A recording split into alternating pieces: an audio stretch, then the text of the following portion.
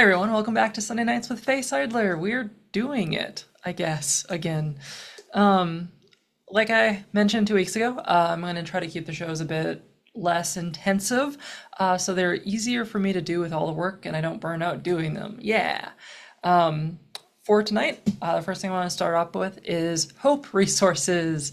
You can find them on my website. There is a Hope tab. There will be probably for a week or two, but it is a response to the Supreme Court ruling against trans youth effectively and upholding a gender therapy ban within Tennessee. The actual full scope of that ban is not that big. It's a pretty narrow scope for the Supreme Court decided to do. So it's not the end of the story for a lot of the bans that have happened, the lawsuits that are occurring and all that stuff. Basically, it doesn't actually impact us here in North Dakota, but it still sucks. So I have resources about that. We also unfortunately heard in the same day that our federal government would be dropping 988's dial 3 line, which went to LGBTQ plus youth services. So that happened in the same day. Yay, my job was really tough. I was up a long time dealing with it. But it's one of those stories where it sucks to hear. It's not good news. It is awful for a lot of reasons, but 988 is still something anyone can call. It's still something that I trust for our youth, our LGBTQ plus youth to call, because First Link answers that in North Dakota, and they are our suicide prevention hotline, our lifeline, and I trust them with people's lives. They are incredible. They have queer people working for them. They get it. They understand. I'm not sure if that's the case with every other call center, but I trust the one that we have. I work with them very closely, and that's kind of where we are with the story, is that it sounds big, it's scary, it sucks for a lot of reasons, but we can survive it and we can continue to fight for things that are better. So I have all the resources that you might need on my website.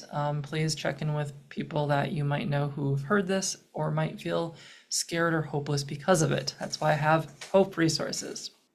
Moving on into other news, we have a sex education workshop for adults happening this coming Thursday, June 26th at 6 p.m. This is a really important training for people who haven't had much access to sexual education, because it's essential and important for all of us to be aware of our bodies, what they do, what they can do, and to not have such a shameful understanding of sex or ourselves. There's so much body shaming in the world and so much guilt and confusion people have about themselves and sex that negatively impacts their lives and mental health. Sex ed is good for our mental health and it is good for our relationships. Being able to have honest conversations with our partners, understand things about boundaries and consent, all very important, and some people in North Dakota did not grow up with any tools. So check that out. It's offered by Planned Parenthood, and if you are interested and aren't going to miss this one, I'm sure they're going to host more, and if you invite them to a place with a lot of people, they'll probably come and teach you about sex ed. As a heads up, we have about one more week to apply for the North Dakota Counseling Association conference. This will be a Fargo conference, first time in like 50 years. Big story, big news. I've submitted a few myself. I work with counselors pretty closely, both as an activist and a trainer for a lot of the research and information I have about LGBTQ plus youth. But if you are a counselor, if you work with them, if you have good things to teach them, you should apply or submit your proposal. This one is a call to action, so if you do more civic work, I think they would probably take a training from you as well. So if you work for a place like, I don't know, League of Women Voters, maybe you could submit a training.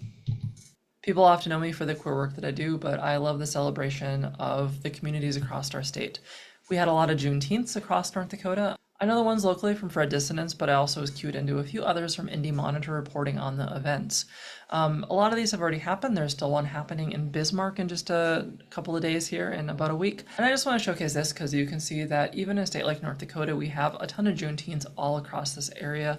We have so much community and celebration. We have a time and a moment to celebrate freedom, emancipation from slavery, Black excellence, and so much more across our communities.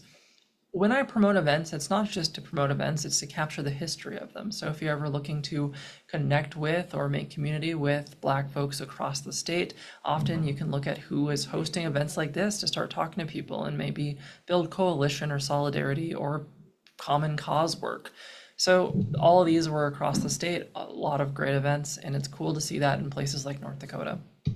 Speaking of queer things, there is a letter from the chairman of FM Pride inviting you to FM Pride, August 3rd to 10th, coming up in about a month and a week here. They are currently looking for volunteers. I think volunteering is a fantastic way to get involved with the community. It also, if you are a nervous Nelly about talking to people ever, I'm like that. I am like that.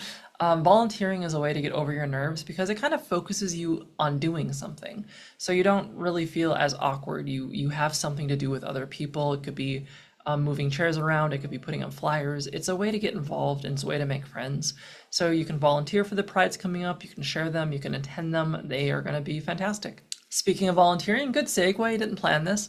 You can volunteer for the We Got You Covered event coming up August 20th, both in, might be different dates, but it's in Bismarck and in Fargo. These are events to give clothes to individuals that are going back to school, kind of a back to school clothing drive event situation. But they usually need a ton of volunteers to help sort the clothes and give them out during the days. These are really big events and really cool for individuals to be able to get cool, modern, new clothes so they don't feel as awkward going through school with, let's say, hand-me-downs or pretty worn-out stuff.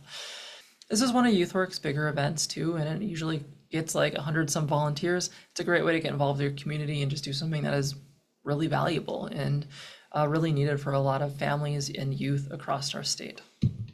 So that's what I have for you for this Sunday night. I have so much more than this, but you don't want to listen to me yap at you for 20 minutes or an hour. I know, I've looked at my metrics. If you want more information, I have a ton of it. I have my weekly report, I have the newsletters I send out. This is just the stuff I think is probably particularly good, important, fulfilling. I can't tell you the vibe I usually go for, right? Like I vibe out what I got. I look at all the stuff I have and I try to give you things that are, a little bit different, and I try to give you things that are just a good mix of a lot of different things, both professional, community, different kind of community, different information. So that's kind of the vibe I'm trying to go for. A little more casual, a little easier for me to do, hopefully. I want these shows to be more like an hour of my time and not like the 4 to 5 hours I was spending on them every single week. I still spend a lot of time on the news portion of it, but I'm hoping that you can help me out by doing some of the work and reading the stuff I put all of my effort into. Faye begs you, like, please. I put so much work into those links. But yeah, I appreciate folks who are watching this. I missed last week, but I am going to try to make this a consistent thing because I think it's important for people to see me alive as a person, not just in an email. So the show serves a couple of functions, and you can also just listen to me as opposed to having to read me. So you can I don't know, put this on in your car while you go to work or something. You do you. I don't care, but I hope you have a great week. Bye.